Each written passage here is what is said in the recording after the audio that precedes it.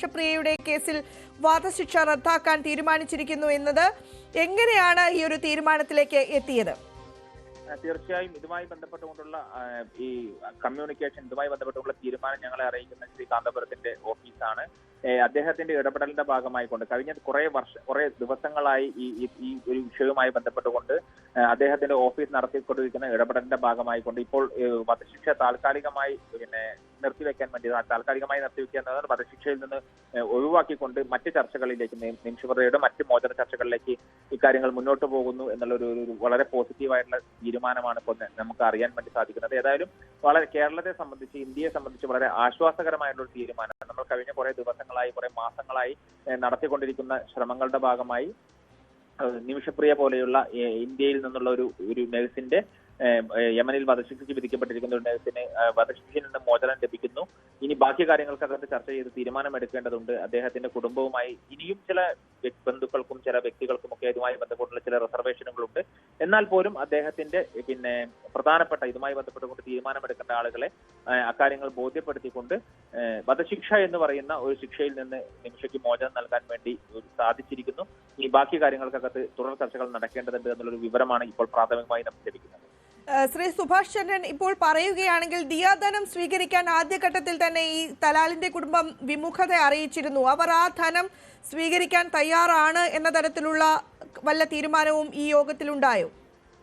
സ്വാഭാവികമായി ഇതുമായി ബന്ധപ്പെട്ടുകൊണ്ടുള്ള ചർച്ചകൾ, അതാണ് ഞാൻ നേരത്തെ സൂചിപ്പിച്ചത്. ഇപ്പോൾ വധശിക്ഷ എന്ന് പറയുന്ന ശിക്ഷയിൽ നിന്നാണ് നിമിഷയ്ക്ക് മോചനം ലഭിക്കുന്നത്. അതേസമയം അവിടെ എത്ര വർഷം ശിക്ഷിക്കപ്പെടുമെന്നോ അല്ലെങ്കിൽ ഈ പറയുന്ന ദിയാധനം സ്വീകരിച്ചുകൊണ്ട് നിമിഷയ്ക്ക് മാപ്പ് നൽകി നിമിഷയ്ക്ക് കേരളത്തിലേക്ക്, ഇന്ത്യയിലേക്ക് മടങ്ങാൻ വേണ്ടിയിട്ടുള്ള സാഹചര്യങ്ങൾ ഒരുങ്ങുമോ എന്നുള്ള കാര്യമൊക്കെ ഇനി വരും ദിവസങ്ങൾക്കകത്തുള്ള ചർച്ചയ്ക്കകത്തും നമുക്ക് അക്കാര്യങ്ങൾ വ്യക്തമാവുകയുള്ളൂ. പക്ഷെ ഏതായാലും ഏറ്റവും പ്രധാനപ്പെട്ട ആശ്വാസകരമായ വാർത്ത എന്ന് പറയുന്നത് വധശിക്ഷ റദ്ദാക്കാൻ വേണ്ടി സാധിച്ചിരിക്കുന്നു. അതിനകത്ത് പ്രധാനപ്പെട്ട ഇടപെടൽ നടത്താൻ വേണ്ടി ശ്രീ കാന്തപുരത്തിന്റെ ഓഫീസിന് സാധിച്ചിരിക്കുന്നു. അദ്ദേഹത്തിന്റെ ഓഫീസിൽ നിന്ന് നമുക്ക് ലഭിക്കുന്ന വിവരങ്ങൾ പ്രകാരം വധശിക്ഷ റദ്ദാക്കാൻ വേണ്ടി അദ്ദേഹത്തിന്റെ ഇടപെടലിലൂടെ, അവിടുത്തെ സൂഫി പണ്ഡിതന്മാരുടെ ഇടപെടലിലൂടെ നമുക്ക് സാധിച്ചിരിക്കുന്നു.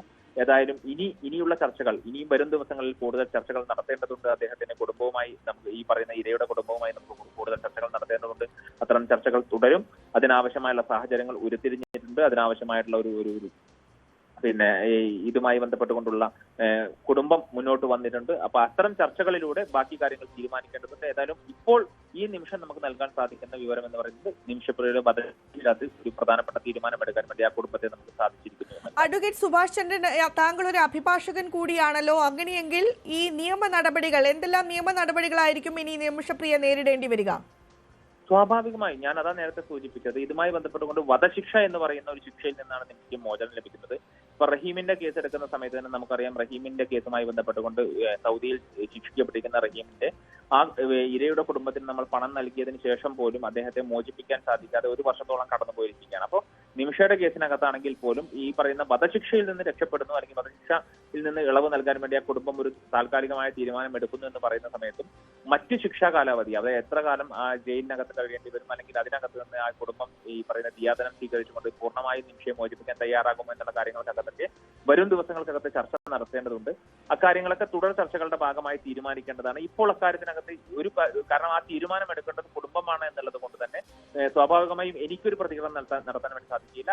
നിമിഷയെ മോചിപ്പിച്ച് കൊണ്ടുവരുന്നതിന് വേണ്ടിയുള്ള പൂർണ്ണമായിട്ടുള്ള ചർച്ചകൾ ഞങ്ങളുടെ ഭാഗത്തുനിന്നുണ്ടാകും. അക്കാര്യങ്ങൾക്കകത്തുള്ള ഇപ്പോൾ കഴിഞ്ഞ ദിവസങ്ങളിൽ, കഴിഞ്ഞ വർഷങ്ങളിൽ, കഴിഞ്ഞ മാസങ്ങളിൽ ഞങ്ങൾ നടത്തിയതുപോലുള്ള പ്രവർത്തനം, വളരെ സജീവമായുള്ള പ്രവർത്തനം കേരളീയ പൊതുസമൂഹത്തിന്റെ പിന്തുണയോടുകൂടി തന്നെ ഞങ്ങൾ മുന്നോട്ട് കൊണ്ടുപോകും. ശ്രീ സുഭാഷ് ചന്ദ്രൻ, അതുപോലെ തന്നെ ഇന്നത്തെ ചർച്ചയിൽ ആരെല്ലാമാണ് പങ്കെടുത്തത്? തലാലിന്റെ കുടുംബത്തെ പ്രതിനിധീകരിച്ച് ആരായിരുന്നു പങ്കെടുത്തത്? സ്വാഭാവികമായും അതിന്റെ വിശദാംശങ്ങളൊക്കെ പിന്നീട് നമുക്ക് പറയേണ്ട കാര്യമാണ്. പിന്നീട് അക്കാര്യങ്ങളെല്ലാം വെളിപ്പെടുത്തേണ്ട ഒരു സാഹചര്യത്തിനകത്ത് ഞങ്ങൾ വെളിപ്പെടുത്തും. പക്ഷെ അദ്ദേഹത്തിന്റെ വളരെ പ്രധാനപ്പെട്ട ഇക്കാര്യങ്ങൾക്കകത്ത് തീരുമാനമെടുക്കേണ്ട ആളുകളെല്ലാം ആ യോഗങ്ങൾക്കകത്ത് പങ്കെടുത്തിട്ടുണ്ടായിരുന്നു. അക്കാര്യങ്ങൾക്കകത്ത് ഈ പറയുന്ന ഈ സാഹചര്യത്തിൽ പുറത്തു പറയുന്നത് ചിലപ്പോൾ സ്വാഭാവികമായും ഇത്തരം മധ്യസ്ഥ ചർച്ചകളെ ബാധിക്കും എന്നുള്ളത് കൊണ്ട് തന്നെ അത്തരം കാര്യങ്ങൾ പറയാൻ നിർവാഹമില്ല. അക്കാര്യങ്ങൾ വരും ദിവസങ്ങളിൽ ഞങ്ങൾ ബോധ്യപ്പെടുത്തും. ശ്രീ സുഭാഷ് ചന്ദ്രൻ, ഒന്ന് തുടരുക. ഇപ്പോൾ ഏറ്റവും പുതിയ വാർത്തകൾ വന്നുകൊണ്ടിരിക്കുന്ന ഒരു സമയമാണ്. കാർത്തിക്